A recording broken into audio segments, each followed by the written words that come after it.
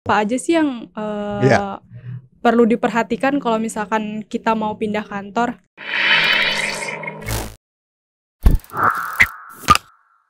Halo sahabat coaching, balik lagi sama aku Aulia di YouTube channel Coaching for Business. Nah, kesempatan kali ini kita akan membahas nih, apa aja sih yang perlu diperhatikan ketika kita mau pindah kantor. Yuk langsung tanya aja ke Coach Adit. Halo Coach. Halo. Apa kabar nih Coach? Alhamdulillah baik. Kayaknya lagi semangat banget nih Coach. Iya, baru makan soalnya. Baru saya. Iya, kenapa? Ini Coach, aku mau nanya, misalkan nih kita sebagai pemilik bisnis gitu kan, Oke. punya kantor. Nah, terus ada hal-hal yang menurut kita tuh kayak mendingan pindah kantor aja deh gitu. Nah, sebenarnya apa aja sih yang Iya. perlu diperhatikan kalau misalkan kita mau pindah kantor? Ya. Jadi ini konteksnya pindah kantor, ya kantornya yang sama ya. Iya. Bukan kamu pindah ke perusahaan yang lain ya. Bukan. Itu juga pindah kantor. Oh iya betul. Itu pindah kantor yang berbeda ya. Tapi ini benar-benar fisik kantornya yang pindah. Iya. Oh gitu iya. ya. Jadi semua dalam-dalamnya juga ikut pindahan gitu ya. Mm-mm.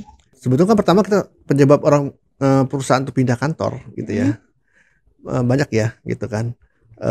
Dari ownernya ya, kita mungkin banyak yang berpikir pindah kantor aja gitu kan, tapi Iya. ternyata kan banyak faktor yang harus dipertimbangkan ya. Mm-mm. Dan alasannya kan orang pindah kantor juga banyak nih gitu ya, dari hal-hal yang sifatnya administratif sampai bisa yang memang strategik ya. Mm-mm. Kalau strategik misalnya memang contoh ya, yang menarik sih hal yang strategik memang ya, karena dengan pindah kantor itu dianggap akan lebih menguntungkan. Menguntungkan dalam hal apa, macam-macam gitu ya. Misalnya lebih dekat ke pasar, ke market ya, ke market yang dia tuju, ke lokasinya yang mendekati ke konsumen gitu ya. Yang tadinya di Gunung Salak pindah ke Jakarta misalnya. Jauh ya, dari pegunungan ke perkotaan gitu. Iya kan, kantornya di Gunung Salak. Ya mendingan langsung aja mendekati market kan gitu. Iya. Pasarnya di Jakarta, kalau memang pembelinya target marketnya Jakarta gitu Iya. kan. Gitu. Dan juga karena faktor-faktor pertimbangan yang lain lah ya, efisiensi juga kan gitu ya dengan pindah kantor. Atau karena memang apa ya, kapasitasnya udah gak cukup lagi di kantor yang sekarang. Kapasitasnya udah gak cukup, udah tidak representatif lagi mungkin ya, udah tua modelnya gitu, mengganti yang baru, kantornya yang lebih di tempat yang lebih bonafit mungkin gitu kan. Juga itu untuk branding juga ya gitu. Iya betul. Jadi macam-macam sih gitu ya, dari mulai hal-hal yang bersifat administratif, strategis gitu ya, sampai faktor keuangan gitu ya, gitu pindah kantor. Jadi yang harus dipertimbangkan apa gitu ya. Pertama jangan mendadak ya pindahnya. Harus dari jauh-jauh hari, bahkan jauh-jauh tahun mungkin. Iya kan gitu. Kalau cuma UKM doang perusahaannya, mungkin pindah kantor weekend aja udah selesai jadi pindah gitu ya. Barang-barangnya dipindahin ya. Iya. Tapi kalau udah besar gitu ya, udah bertingkat-tingkat gedungnya gitu ya, karyawannya udah 100 lebih ke atas gitu ya, pindah kantor bukan sesuatu yang nggak bisa diremehkan gitu kan. Nggak bisa, oh ya minggu depan kita pindah kantor ya gitu. Semua siap-siap. Langsung stres gitu kan. Ya. Jadi harus benar-benar pikirkan tanggal baiknya gitu ya. Tanggal baiknya. Pindah kantor ini gitu ya. Bikin timeline yang jelas gitu kan. Ada perencanaan, perlu ada perencanaan yang jelas gitu untuk pindah kantor gitu ya. Kalau perlu ya ada tuh kok manajemen atau apa ya, kita bisa minta konsultan pindahan gitu ya. Jasa pindahan, tapi di sini lebih ke yang konsultan yang membantu gitu ya, proses perpindahannya itu, yang supaya bisa dijalankan dengan efektif dan efisien. Terutama gini, kalau pindah kantor emangnya perusahaan tutup gitu kan, terus customer gimana gitu kan, bisnis gak berjalan gitu kan, harus tetap pastikan jalan juga dong gitu kan. Apalagi kalau pindahannya butuh waktu sampai 2 minggu gitu kan, kan 2 minggu bertutup gitu kan, nggak ada bisnis, ya rugi dong.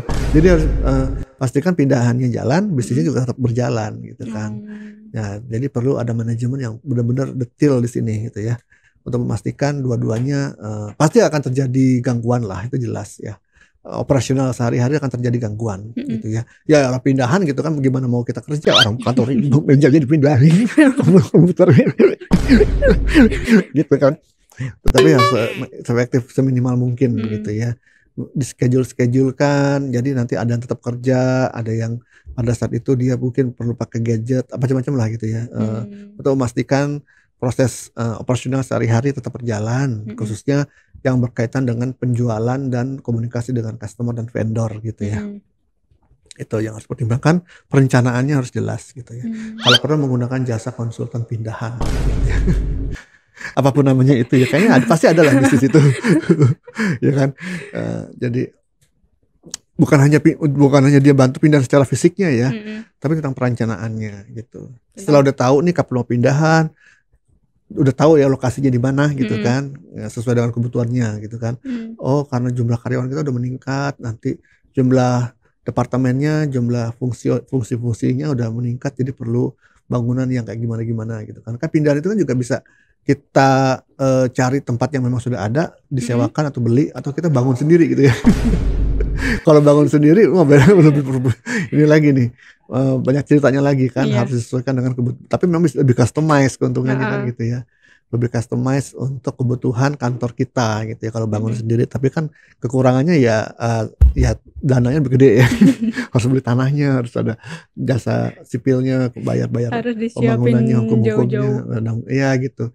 Kalau pindahan nyewa gedung, nyewa kantor gitu kan, nyewa lantai gitu kan, itu lebih sudah tersedia, tapi mungkin juga harus dicari yang kapasitasnya dan ruangan-ruangannya sesuai dengan kebutuhan yang kita inginkan gitu ya. Gitu. Nah, sampai mana tadi? Saking banyaknya ngomongin pindahan. Ya, karena ini lebih ribet dari pindahan rumah ya gitu. Kenapa? Setelah udah tahu nih kita mau pindah kemana, lokasinya, tanggalnya, segala macam, tanggal baik, hari baik, bulan baik gitu ya, tahun baik gitu ya. Kemudian kan kita jangan lupa komunikasikan ke tim gitu loh, jauh-jauh hari juga nih gitu ya. Kalau cuma pindah jalan doang gitu, dari jalan ini ke jalan sini mungkin nggak terjadi banyak resistensi ya. Tapi kalau sampai pindah lokasi yang benar-benar dari pindah area yang cukup signifikan ya. Pindah dari Gunung Salak ke Jakarta tadi gitu kan, di luar jangkauan ya kan, atau dari Jakarta Selatan ke Jakarta Pusat misalnya, dari Depok ke Jakarta, itu pindah kota ya. Sampai ke pindah kota itu kan pasti butuh persiapan juga dari karyawannya ya, butuh pemikiran dan keputusan juga dari karyawannya ya. Nggak bisa sembarangan juga, mereka harus ikut kita kan. Banyak kan bahkan jadi faktornya gitu loh. Ya, kalau yang masih bujang mungkin lebih oke yang kos ya gitu ya, pindah kos aja kalau gitu kan. Tapi kalau yang udah berkeluarga, udah punya rumah, udah yang selama ini udah comfortable ya, sudah nyaman dengan, udah PW dengan pulang perginya rumah dengan kantor gitu kan. Sekarang harus pindah lagi ke lokasi yang lebih berbeda gitu kan. Yang mungkin lebih tidak menyenangkan buat mereka ya, lebih jauh, lebih macet, lebih apa gitu, lebih harus pulang lebih pagi gitu ya, lebih capek gitu. Nah, pasti bukan terjadi resistensi gitu ya. Jadi ini harus komunikasikan ke tim dengan jauh-jauh hari, dengan metode yang penuh ada manajemen juga nih, manajemen komunikasinya gitu. Tadi manajemen pindahan, karena manajemen komunikasi. Ada konsultannya. Bisa jadi ya. Gitu. Konsultan komunikasi gitu. Konsultan khusus komunikasi pindahan kantor gitu. Gitu. Karena ini nggak bisa sembarangan juga ya, terjadi penolakan pasti. Apapun ya, perubahan itu pasti ada yang aja yang nolak gitu loh. Gitu kan, jadi harus jelas gitu ya. Kalau perlu pertimbangan faktor yang terburuknya apa, ya mereka harus keluar gitu, ada yang harus resign gitu kan. Kita jadi nyediain dana juga dong untuk kompensasi itu ya. Karena kan bukan salah mereka juga gitu kan, salah kita, kenapa kita pindah gitu. Maksudnya bukan karena mereka melakukan kesalahan gitu kan. Walaupun ada juga sih yang akhirnya orang yang cukup manajemen tertentu yang cukup sneaky, yang cukup licik untuk bisa memutar balikan sehingga seolah-olah kalau mereka nggak mau ikut pindah jadi salahnya mereka gitu ya. Ada juga yang kayak gitu, bisa dimainin lah gitu. Tapi kan kita nggak mau yang seperti itu ya, kita yang fair-fair aja dong gitu kan. Kalau memang ada yang harus keluar. Terus kalau yang pindah nanti relokasinya bagaimana? Apakah mereka dikasih bantuan untuk relokasi, misalnya rumah atau tempat kontrakan baru atau transportnya gitu. Kalau nggak perlu pindah mungkin transportnya gitu kan, atau apa gitu ya. Kalau memang udah rekrut karyawan yang baru pada saat udah pindah sih nggak apa-apa ya. Mereka udah nggak tahu, nggak perlu mikirin itu kan. Ya udah tahu, mereka udah defaultnya kantor yang baru. Tapi yang dari yang kantor lama ini kan kasihan gitu loh kalau mereka harus pindah. Dampaknya adalah mereka juga harus mengorbankan mungkin waktu, tenaga dan dana lagi untuk hanya untuk transportasi dan pindahannya gitu. juga harus dipikirkan juga gitu ya. Nah itu jadi sebetulnya dua hal ini sih yang paling utama ya untuk mempertimbangkan itu ya, untuk pindahan ya, lokasinya sesuai dengan kebutuhan nggak gitu ya, sesuai dengan budget nggak gitu ya, dan juga bikin budget untuk karyawan-karyawannya ini ya, komunikasi kepada mereka sampai hal-hal terburuknya kalau mereka resign atau mereka harus keluar gitu loh, atau harus memberikan dana tambahan untuk kompensasi mereka pindahan itu, ya.